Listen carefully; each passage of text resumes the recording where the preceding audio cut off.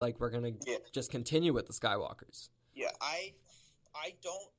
The whole retcon thing would be kind of annoying because, like you can't say the Last Jedi didn't happen. It totally was a movie, you know. Yeah, And I would hate to see um, the whole like, oh no, Rey was actually a Skywalker. She was related to this all the time. She was very important. I mean, I know we differ, which is fine. I think it's kind of interesting that Rey is a nothing. That's Rey. That's her name, right? yeah, right. Why don't I got scared for a second. Yeah, but I think it's interesting. I think because the Force is kind of with anyone, and she was touched by the Force in a sense where she could, be a great Jedi. I like that. I think I totally saw what Ryan Johnson was trying to do. I just think some fans don't want to see change, and I mean I get it. It's near and dear to their hearts. I'm not a massive Star Wars fan. I lean way more towards Marvel and DC when it comes to fandoms, but that's kind of where I land. It's going to be interesting to see what he does. I would just hate to see him kind of just brush over some stuff. I think the one thing that I didn't like in Last Jedi was kind of how Snoke wasn't that important Yeah, because like he was obviously going to be built up to be something. So I hope that's explained at least. But I would not like it if it's just like, oh yeah, she's great. She's like from this family because that kind of it just wouldn't work with the way the characters are mentally right now. yeah.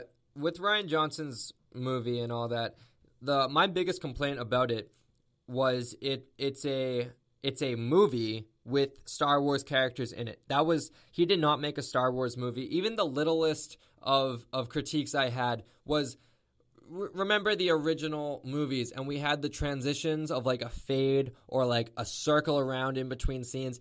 I know that sounds so simple, but JJ's usage of those in episode 7 made it feel like we had a nice 80s Star Wars movie again. And then the fact that we just like cut from scene to scene, just little things like that, little camera angles, little character portrayals, it did not feel very Star Wars to me. General Holdo or whatever, Admiral Holdo, hate that character. That is a Hunger Games character in a Star Wars movie.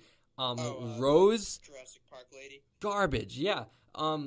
So much of stuff in episode 8 just makes me like angry, and I'm not one of those people who's like, burn it down, like screw that movie. I'm just like, it's not a very Star Warsy movie.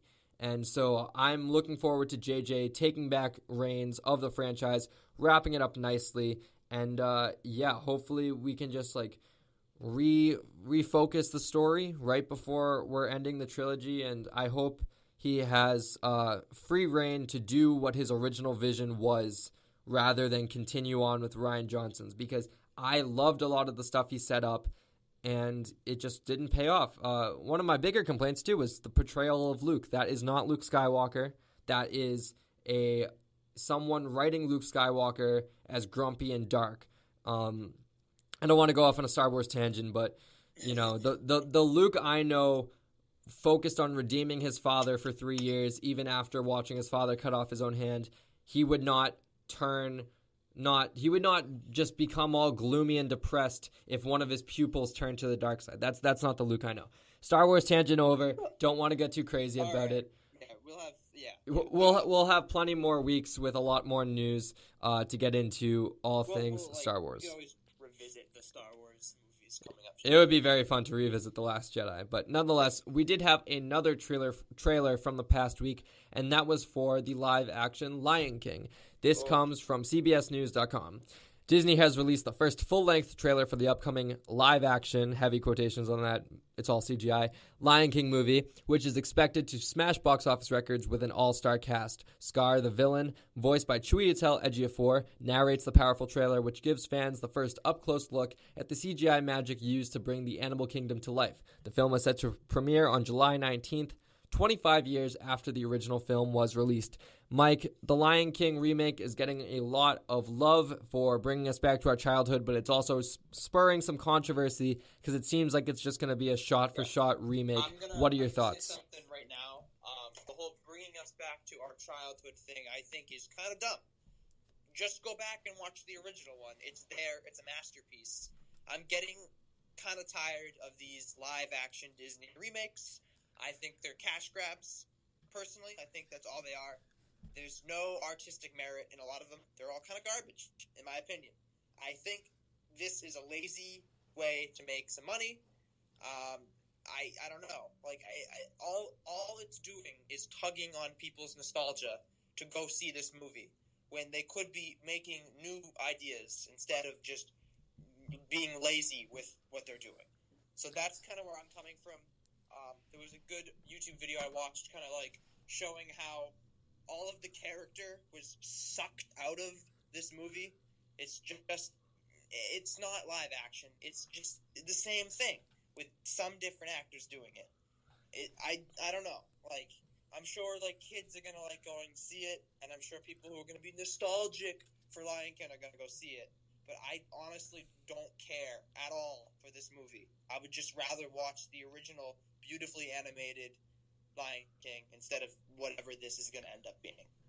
Yeah, I actually completely agree with you because the original Lion King, I was actually like never this huge Lion King stan who is like, this movie never made me cry. I've seen it a few times. It's good. It's a great movie, great story, and it's been revisited multiple times in different iterations. Black Panther, a great example of a very similar story to Lion King. It's a Hamlet story. That's fair. The cast is amazing. Donald Glover as Simba, James Earl Jones coming back as Mufasa. But like you said, it's a shot-for-shot remake, and it's just kind of weird because it seems that's like another thing with all the actors. Like, oh, his name's in it. Oh, you got to go see it. Big names. Like, they're just voicing the characters, though. They're not, you know? Yeah, that's true. But what I wanted to say was that it's going to be one of those things where this new generation is going to see it, and they're going to grow up and be like, oh my God, did you know that they made The Lion King in a cartoon before? And it's like, yeah, that's the original. So it's going to change the perception of the classic story for the next generation. And I agree that the CGI is beautiful. They're literally bringing an animal kingdom to life, and it's impeccable. It looks as good as it can get.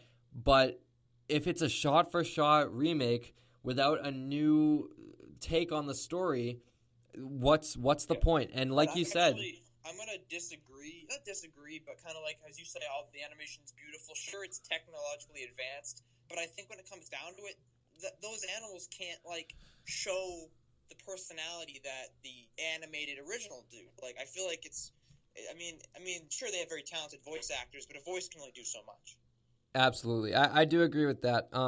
I honestly, it's coming out in July. I might check it out, but this is also when Spider-Man Far From Home is coming out. This is not a movie I'm going to prioritize seeing because, believe it or not, I've actually seen it already. So, like, yeah, I don't know how I feel about these Disney live-action remakes. Like you said, they're a cash grab, and it's childhood nostalgia, and it's a great way to just guarantee $200 million opening weekend.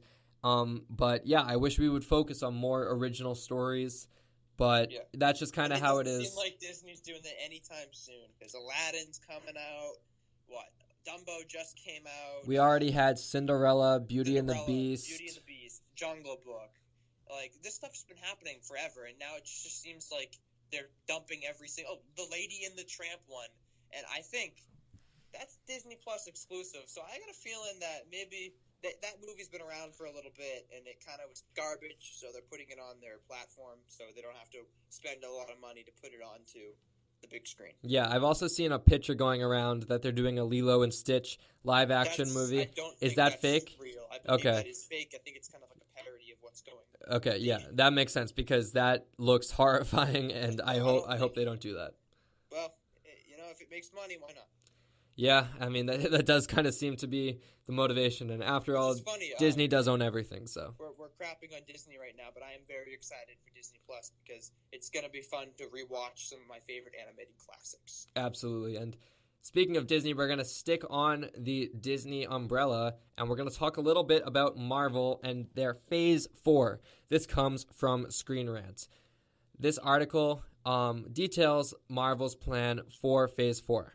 And it reads, life continues for the Marvel Cinematic Universe after Avengers Endgame, and the upcoming Phase 4 has a 5-year plan. The upcoming Avengers Endgame will not only be the culmination of a narrative that has been building up for over a decade, but it will also mark the end of the MCU's Phase 3.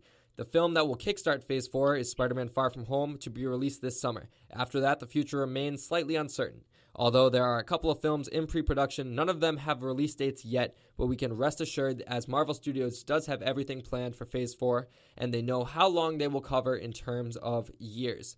All right, Mike, after hearing this bit from Marvel's Phase 4, and I also want to say about Kevin Feige, he said that the X-Men and Fantastic Four are currently not in the plans for this 5-year plan. What are your thoughts on Marvel with Phase 4, and do you think that they should try to shoehorn X-Men and Fantastic Four in? I don't think they should shoehorn them. I think they should definitely have some Fantastic Four representation and slowly trickle in X-Men. I think their biggest issue and problem, I think, is going to be because how much the TV side of Marvel, I think, is kind of teetering on being important in a sense. I've never watched Agents of S.H.I.E.L.D. I couldn't get into it, but the Inhumans were very important because they were trying to set up the Inhumans to be a thing. A lot of people don't remember how the Inhumans bombed. It was Marvel's first kind of big failure. They don't really think about that anymore. So are they just like they can't go back to the Inhumans because it was a failure? But the Inhumans and the X-Men are so similar. So I think they're going to wait until they kind of do mutants again. I think they're going to wait on it. But Fantastic Four, I think they can push in a little bit easier. Yeah, for Phase 4, I expect that we're going to get a Black Widow solo movie that's been in development for a while. Also, wait, wasn't like there was like talks about someone like this big like who was it? Anne Hathaway, was it? No, Angelina Jolie is going to be in the Eternals. Yeah, whatever that is. Like I don't even Eternals. What is that? Is it just going to end up being another Inhumans? Well, I don't know, but that's going to be cinematic, and it's going to make money because they're trying to get people like Jolie attached. So Black Widow and Eternals will be, I believe, our new franchises, but I believe Phase 4 is going to mirror Phase 2 in the sense that we're going to get a lot of sequels to the characters that were introduced. Phase 2, we had sequels to Thor, Captain America, Iron Man 3 was wrapped up. I think in Phase 4, we're going to get Doctor Strange 2, Black Panther 2, Captain Marvel 2. I think we're going to wrap up Guardians of the Galaxy with Volume 3. Ant-Man 2, probably. If Ant-Man gets a trilogy, because a lot of people, they do say just because Ant-Man doesn't like crush at the box office, it's a financial success, but it doesn't crush. So we might see Ant-Man turn into kind of like Hulk in the sense where he pops up in another movie. I would love to see that trilogy wrapped up if there's a good story, but yeah, I think we can agree Ant-Man and the Wasp didn't have the best story. It wasn't the best, but I like Ant-Man. Yeah, that's fair. What I would say about Fantastic Four and the X-Men, we were talking about this before we started recording. I would love to see, maybe not Fantastic Four X-Men movies in this phase, but I want to see characters put in these movies. We'll remember how Doctor Strange, even though he had his own movie, he had that one scene in Ragnarok to see him interact with the greater universe. We saw Black Panther in Civil War interact with the greater universe. I would love to see Reed Richards appear in a Spider-Man movie because, you know, they're based in New York. I would love to see some X-Men sprinkled in somewhere. Imagine if in Black Panther 2 we get Aurora Monroe, Storm, because in the comics Black Panther and Storm get married. Imagine if we got to see hints of that. If we got to see, I'm just trying to think, Professor X could be cool. Him meeting with Hank Pym. With that, those actors are iconic still. That's true. It might be a while before we see recastings. Like I said before, I think they're really going to wait with X-Men. I think Deadpool will be the first to come over because of his success. I think they're definitely going to do some universe jumping to get him over there, but he's going to be there. I guarantee you're going to see Deadpool in the MCU eventually. Yeah, I'm trying to think of like where these characters could pop up, and yeah. I would just love. I really, really want to see John Krasinski as Reed Richards and Emily Blunt as Sue Storm. So I would love to see them pop up in, I guess, a Doctor Strange movie could make sense. Yeah.